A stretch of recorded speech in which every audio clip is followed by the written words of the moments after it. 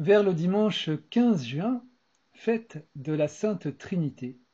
Évangile de Jésus-Christ selon saint Jean au chapitre 16. En ce temps-là, Jésus disait à ses disciples, j'ai encore beaucoup de choses à vous dire, mais pour l'instant vous ne pouvez pas les porter. Quand il viendra, lui, l'Esprit de vérité, il vous conduira dans la vérité tout entière. En effet, ce qu'il dira ne viendra pas de lui-même, mais ce qu'il aura entendu, il le dira, et ce qui va venir, il vous le fera connaître. Lui me glorifiera, car il recevra ce qui vient de moi pour vous le faire connaître. Tout ce que possède le Père est à moi. Voilà pourquoi je vous ai dit, l'Esprit reçoit ce qui vient de moi pour vous le faire connaître.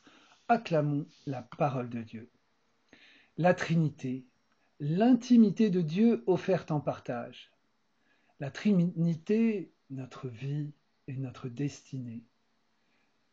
Un seul Dieu en trois personnes, Père, Fils et Saint-Esprit. Loin d'être une équation insoluble, la Trinité, c'est l'intimité de l'amour de Dieu qui nous est offerte. C'est la vie de Dieu qui nous est communiquée et qui est notre avenir. Nous découvrons le mystère de Dieu tout au long de notre vie, toujours plus. En même temps que nous découvrons l'identité de notre Dieu, l'identité de Jésus, nous découvrons qui nous sommes et notre destinée en Dieu. Dieu est communion d'amour. Et nous sommes faits pour vivre dans cette communion d'amour. C'est une découverte progressive pour celui qui s'ouvre à la vie de Dieu, comme le dit saint Augustin. Notre cœur est sans repos tant qu'il ne repose en toi. Jésus nous ouvre à cette intimité de Dieu. Il est la porte de la Trinité. Cette découverte de la vie de Dieu, de son intimité, cette vie de communion d'amour commence avec la rencontre de Jésus et de son mystère. C'est ce que les disciples ont vécu avec Jésus. Les évangiles font résonner la grande question. Qui donc est cet homme à qui la mer et le vent obéissent? Matthieu 8. Et dans l'évangile de Jean, nous entendons Jésus dire son secret. Qui me voit, voit le Père. Jésus est la porte. Il nous ouvre à la vie de famille en Dieu, à sa vie. Dieu, nul ne l'a jamais vu. Le Fils unique, lui qui est Dieu, lui qui est dans le sein du Père, c'est lui qui l'a fait connaître. Je suis le chemin, la vérité et la vie, dit Jésus. Nul ne va au Père sans passer par moi. Jean 14. Jésus est la porte, le passage vers le Père. Jésus renvoie sans cesse vers son Père. Jésus nous attire dans cette vie de communion d'amour trinitaire. Quand j'aurai été élevé de terre, j'attirerai à moi tous les hommes.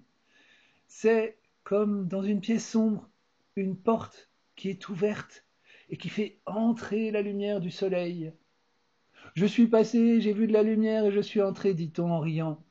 L'Eucharistie, corps du Christ livré pour nous, est cette porte vers la Trinité, l'intimité de la vie divine communiquée en nous.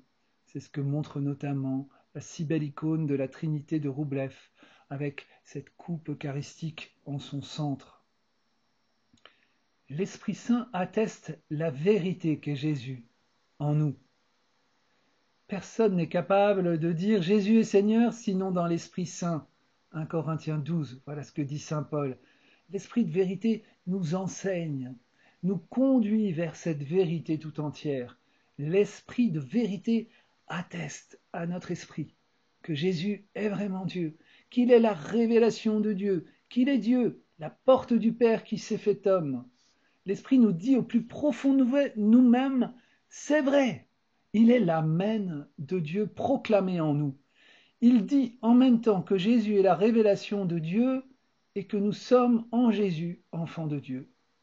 Mais vous avez reçu un esprit qui fait de vous des fils, et c'est en lui que nous crions Abba, c'est-à-dire Père, nous dit saint Paul. C'est donc l'Esprit Saint lui-même qui atteste à notre esprit que nous sommes enfants de Dieu. Romains 8, 15.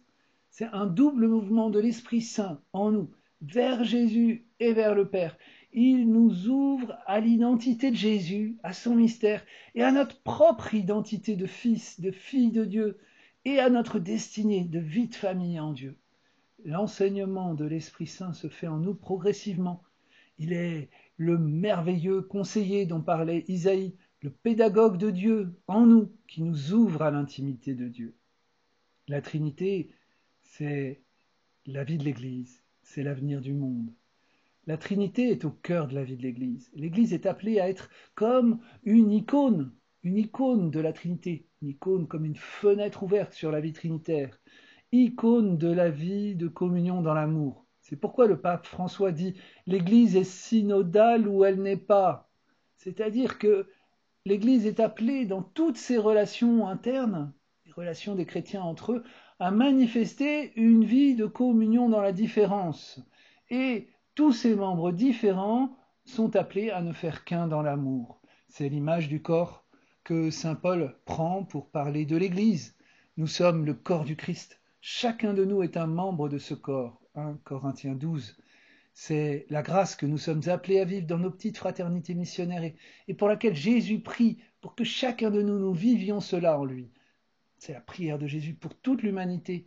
Que tous soient un, comme toi, Père, tu es en moi et moi en toi, qu'ils soient un en nous eux aussi, pour que le monde croie que tu m'as envoyé.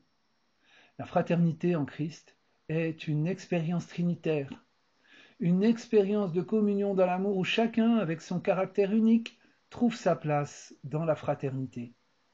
La Trinité, c'est l'avenir du monde. Le monde aspire, sans en avoir vraiment conscience, à cette vie de communion dans l'amour. C'est ce que cherchent tous les couples, un vrai jeu, un vrai tu, un vrai nous. C'est ce que cherchent les associations, le monde politique. Dieu est l'accomplissement de ce désir de communion dans l'amour. C'est ce qu'a expérimenté saint Augustin dans sa recherche. Tu nous as fait pour toi, Seigneur, et notre cœur est sans repos tant qu'il ne repose en toi.